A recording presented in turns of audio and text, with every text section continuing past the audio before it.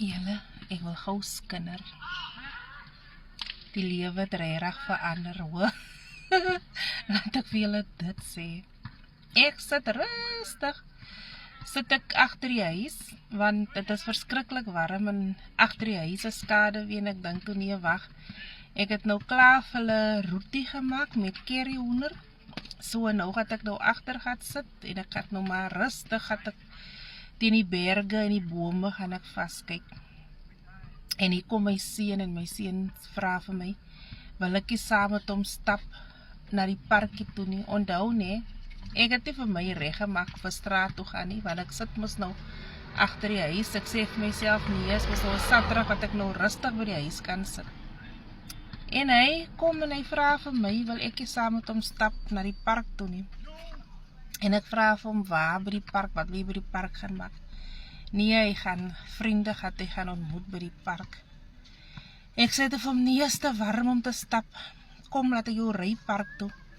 Sê ek vir hom, in plaas van dat ons stap park toe, ek sal jou nou maar ry. Glo my.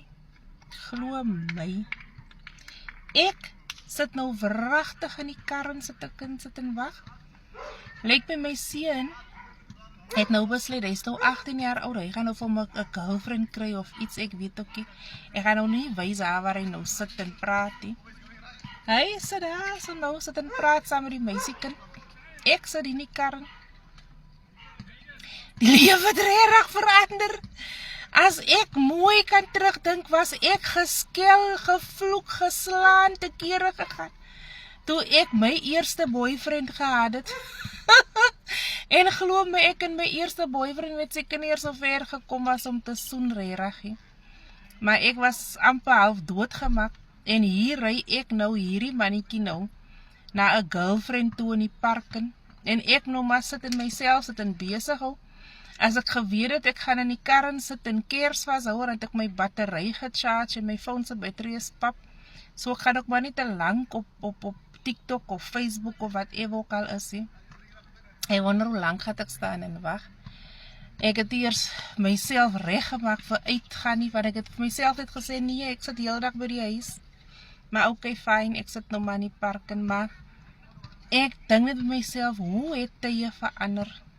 Tye het regtig waar verander. Want ek het dieselfde privileges gehad, as wat die kinders het die.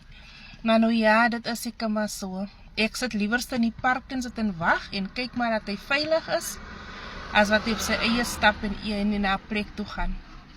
Ten minste hier waar ek sit, kan ek 'n oog oor hulle hou. Mooi dag verder, bye bye.